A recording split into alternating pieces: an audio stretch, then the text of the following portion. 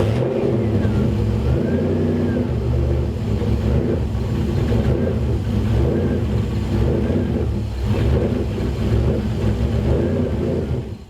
everyone, and welcome to this episode of Grease Garage, part 10, where we finish off the last little bits on this Turbo Pajero project.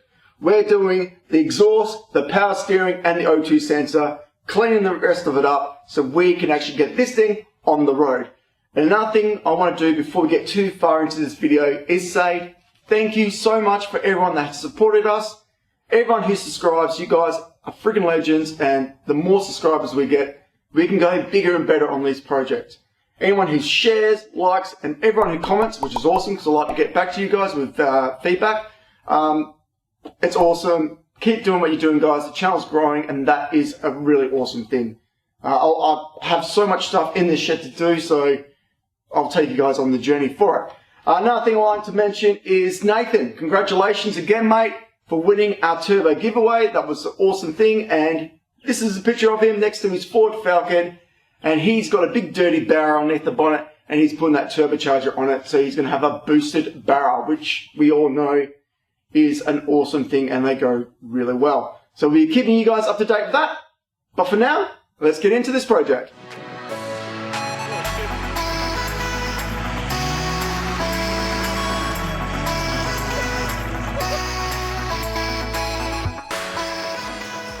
Okay, so the first things first, if we're doing the exhaust and we want to make this thing quiet, we're going to need to chuck in a muffler. And that's what we got here. We've gone aeroflow because everything on this car is aeroflow. So we've gone a 3-inch in and out aeroflow muffler. Now this is quite an interesting design. This doesn't have any mesh in it. It's literally just a bunch of baffles that's going to reflect that sound and stop it from coming out the end pipe. Obviously that's not going to be enough for a car like this. We also need a resonator. And usually, and I'm going to try and do it, these are meant to go between the turbo and the muffler, but you can put it afterwards, but you're meant to technically have them before the turbo and after. And the resonator is going to help us get rid of all the raspiness and all that sort of junk that comes with using stainless steel. Another thing we're going to use is V-clamps. I love these things. Pretty much, if something happens, you can literally take off your exhaust in less than 10 minutes. Quite simple. So that's going to be awesome for Josh as well. I don't like flanges. Simple fact is they blow out, they leak, they warp when you're welding them. They're just terrible. These are a lot better, guys. If you're going to do something like this and it's going to be a performance thing, use V-clamps. They are way, way better. So let's do a little bit of a comparison. This is Josh's old exhaust. It looks like mud, and Josh has actually modified this by chopping out the center bits in that muffler. But anyway, this is what we're replacing it with. As you can see, we've got this all laid out. We've got the stainless steel rod, stainless steel 3-inch piping, the aeroflow muffler, and also that resonator. Hopefully this will be enough. We won't know until we get it all together, because Josh wants a quiet exhaust. Alright guys, so this is pretty much the world for most of us, right? Most of us don't have a hoist, so we pretty much have to just jack the car up as high as we can get under with our trolley, and if you don't even have a trolley on the ground, which sucks, and start doing it this way. So things we need to do and keep in mind is we need to leave enough room for a cut for Josh later on. Another thing we need to do is we don't want to be rubbing against anything. If you have a look at Josh's exhaust, his old one, you can see that there was bends and curves and it was all over the place. It looked like a piece of spaghetti. We're going to try and make ours a bit more streamlined, but we just don't know yet until we get onto it. Obviously we're putting on more stuff as well. We're putting on a resonator and a muffler, so it's going to take up a bit more room. So we've got to be clever about it and make sure we keep our distance away from everything. And also I'm going to show you guys how to make the correct rods in stainless steel to connect up to the standard rubber bushings. And yeah, so pretty much the first thing we need to do is measure and start chopping. So let's get back into it. Now of course we are using our trusted bandsaw to get this done. Pretty much what I'm using is a tape measure. I'm measuring it, marking it, and then lining up the blade, tightening that up, and we're cutting perfect straight cut. Love this thing. Unfortunately later on in this episode it does blow up. It does heads up. But anyway, let's get chopping. So like the old saying goes, you measure twice and you cut once. Well, the same goes for you check that's going to fit before you weld it up, and that's what we're doing right now. We're just making sure that everything's going to fit, nothing's going to hit, and then once I'm ready, I take this piece out and we chuck it over to the welding bench. Well, as you can see, we're over by the welding bench. So I've got this set up here, and what we need to do is clean it up before we weld. So pretty basic, get a rag, get some thinners or anything that's going to actually clean up the pipe. You just go and run over it. Now I have already put this on a wire wheel, so I've got rid of any burrs, because you don't want that in your exhaust because it's an added restriction. So do that, both sides, nice clean, do this. And what this helps is with the TIG does not like anything dirty, it will spit at you. And there is different grades of stainless steel, and I have had bad stainless steel come through before. So you want to try and avoid that as much as possible. Next thing I want to do is I want to try and get that as straight as possible, like that. And now we are ready to weld it. So let me get my helmet on and let's chuck a weld on.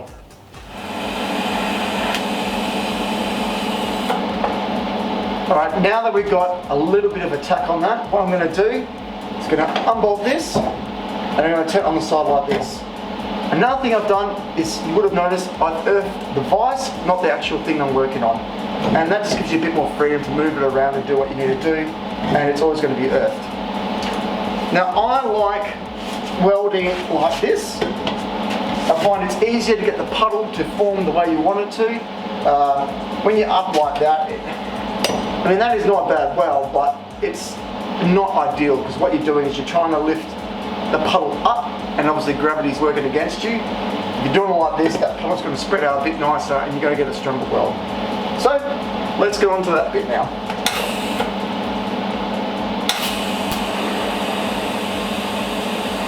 And here you go, this is exactly what I meant. As you can see, on the left hand side, that is when the pipe's laying down at the side and gravity is actually working with me and we can get a nice puddle. On the right hand side, that's when the pipe was standing upright and gravity was actually working against me. As you can see, one is definitely a superior weld, and that's the way I like to do it. So there you go, a little tip for you guys out there that are just starting up. And there you go, after a bit of welding, this is the end result. So we are now ready to hop back underneath that car and make sure that this is all going to fit.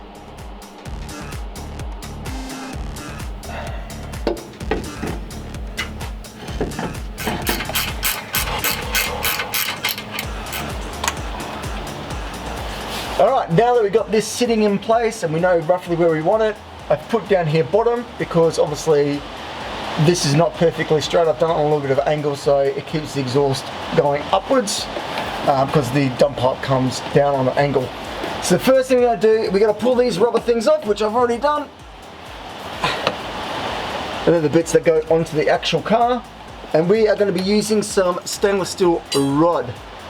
This stuff here, so as you can see, fits through there. And we're going to bend it. Now, how you bend this is usually with an oxy torch or a blowtorch. Very, very simple. But first thing we need to do is get a measurement before we bend it. Yeah, about there. As you can see, we're back over at the welding bench and I've moved all the gear out of the way and we've got the vise semi-bolted down for now so we can bend this rod. So pretty much all you're going to need is something to hold the rod. You're going to need a blowtorch and maybe a pair of gloves. So what we're going to do is we're going to do a very small patch. We're going to get it as red hot as we can. And the reason why we want to do that is as you bend the stainless steel, it will crack if you don't have it hot enough. Okay, we're doing a small section as hot as possible because we want a short radius bend. If you want a long radius bend for any reason, just heat up the rod a bit longer, and that's what you'll find is as you're bending it, it will be a longer radius bend. So now that I've explained it, let's do it.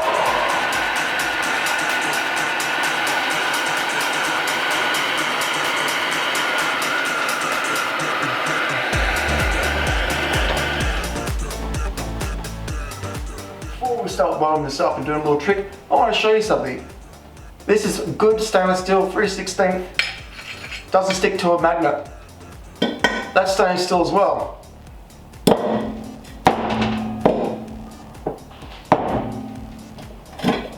That's what you buy, guys.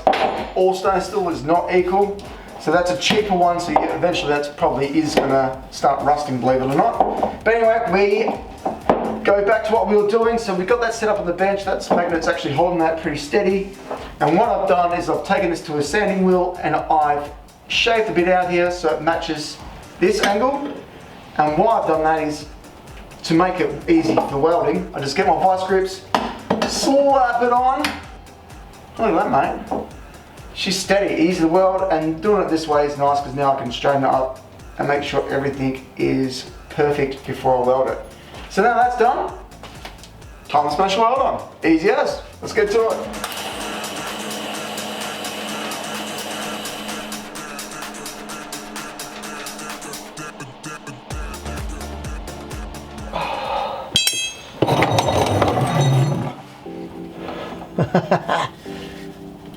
We'll give it the old shake. Yeah. Look at that. No knocking. That is perfect. All right. So we're up to that section down here. So what we got to do now is you got to make some crab welds. So thanks to Joshy, he sat there for about, I don't know, probably 2 hours cutting, I don't know, like 30 of these. So we can do this a little bit. And yeah, so now we're just going to sit here and we go one by one and yeah, get around this to the muffler. So there's 2 ways you can go about this. We could install the muffler and then work the pipe in between it. It's not a bad idea. Or we can do this a little bit first and then weld the muffler onto it. Ooh, I'm in 2 minds about that. I reckon I'm gonna do this bend and then put the muffler in, because then we can figure out exactly where it needs to be. So, let's start piecing these together and try and work out how we're gonna do it. It's looking good so far though.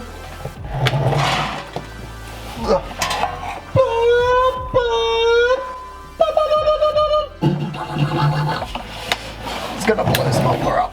Silly morning. Alright, so we're at the rear end of the car now. To save some time, I've just gone ahead and made this little section here. It's taken me about probably an hour and a half. And this is made out of ply bends. Josh cut them up for me, so thank you again, Josh. And pretty much that has got us to the point where... There we go. We can go to the muffler. Now, as you see, we can shake that, drop that down. No hitting, so that's really, really important. But I can't keep going. I can't weld the muffler on because we'll never get the exhaust back out. So, we need to weld in one of these. So we'll come out a little bit just before this one. Do a little straight, weld that on, and then we'll weld a bit of straight pipe into this. And then we'll install the muffler.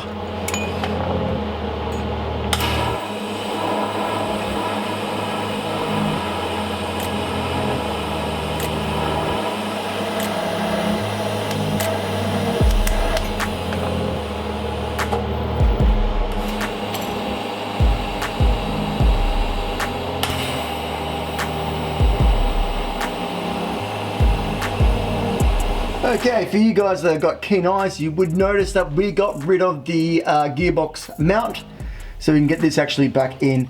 It was just way too tight, and yeah, I tried to do it so it would be easy, but unfortunately it's just not going to end up being that way. So with that gone, we should be able to slide this back in now, hopefully. Yes, I know what you're thinking, that looks bad, but all I'm doing is heating the heat shield a little bit, make room, get this flange through a little bit easier. It's not going to hurt the car in any way, and as you can see, it slides right in.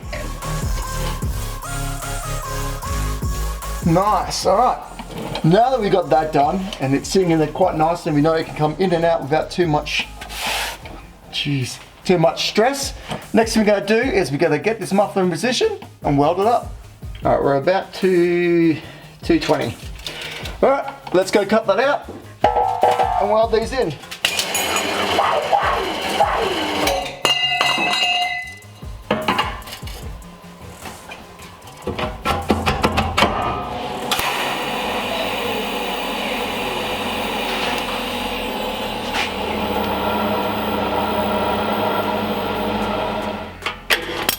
Ooh.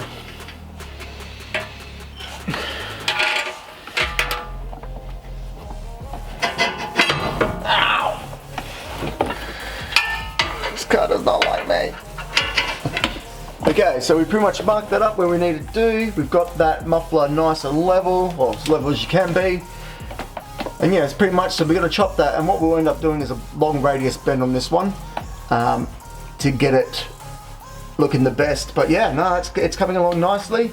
Next thing we're going to do is put some pipe on the back and finish off the exhaust. So we're getting there. It's taken a while, but we actually are getting there. So yeah, it's coming along nicely. We'll be able to start it and see what this thing sounds like, so that'd be cool as well. Alright, enough talking. Let's take this all off and start chopping and start welding. Fun.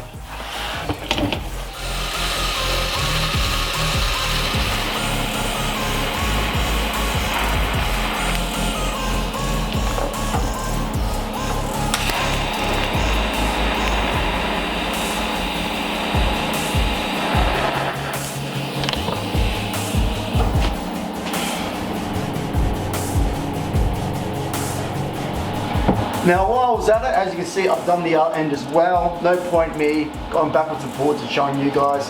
Pretty much it's all exactly the same stuff.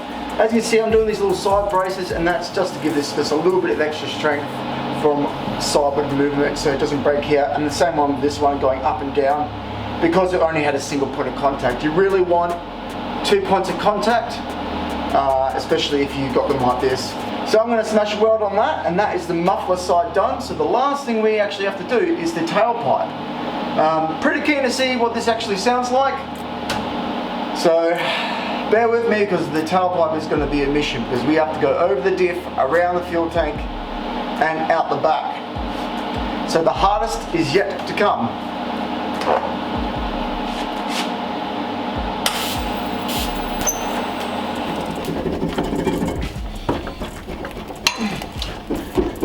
Pretty good. No knocks, which is what you want.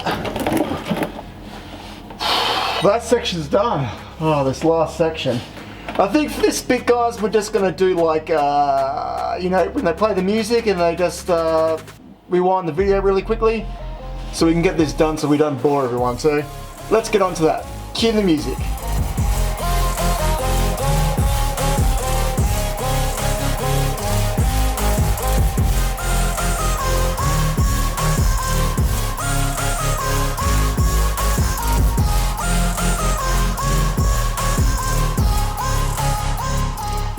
So now that I'm out from underneath that car, let's talk about pie bends. It's something super important that everyone is going to use at some point if you're doing a lot of automotive stuff.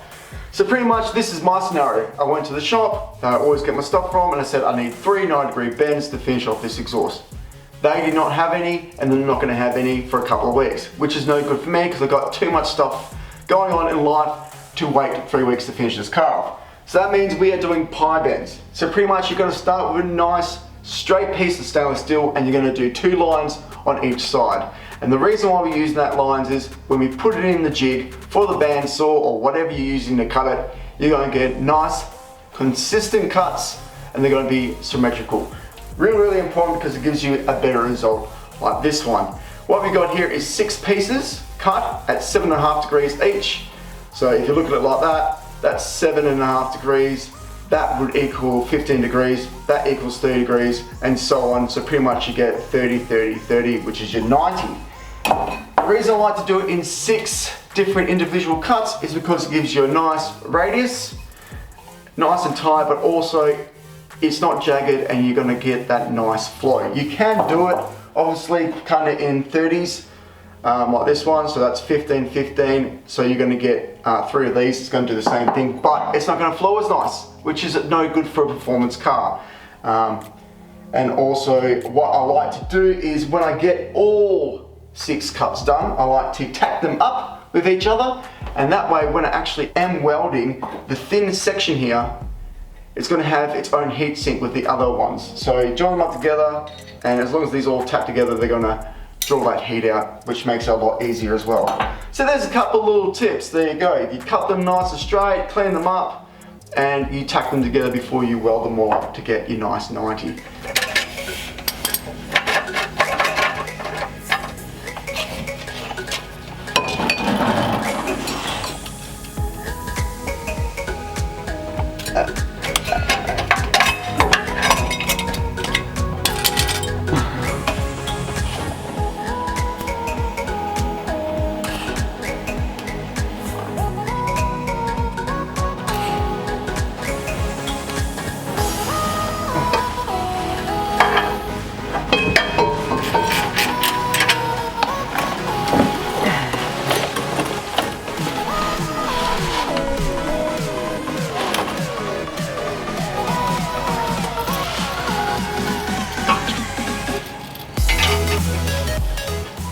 So because the bandsaw blew up literally in my face, it means I've had to go back and start using an angle grinder.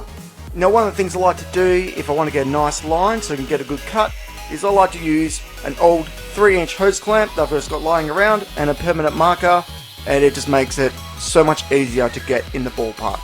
I then go over to my bench grinder and then just clean off that last little bit.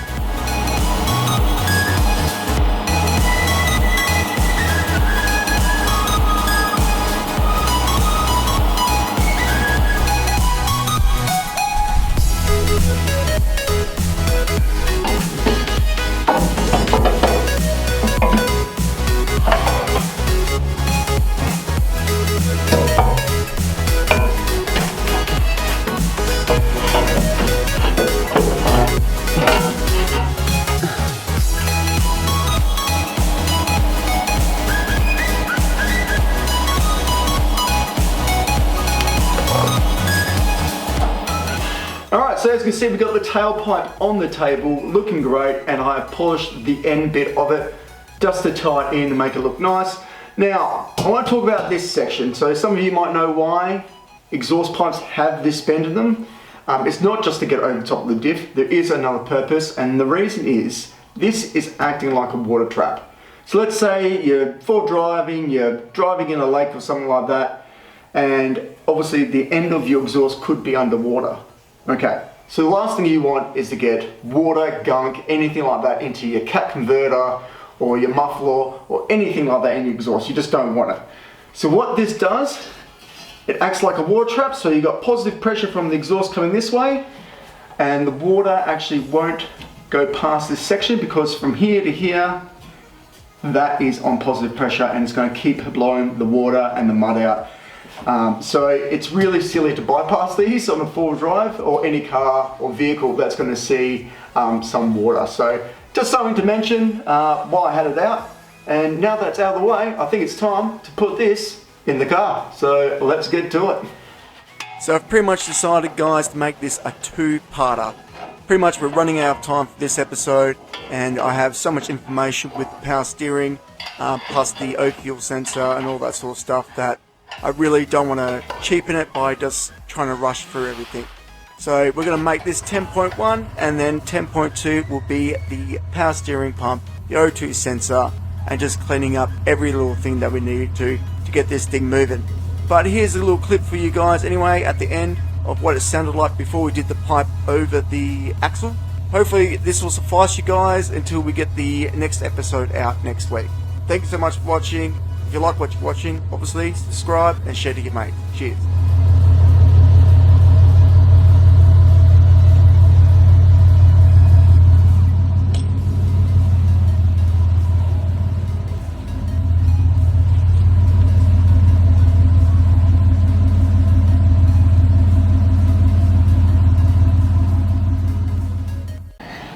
Hi, Dad. Hey, darling. What are you doing? Just measuring. 27. Oh.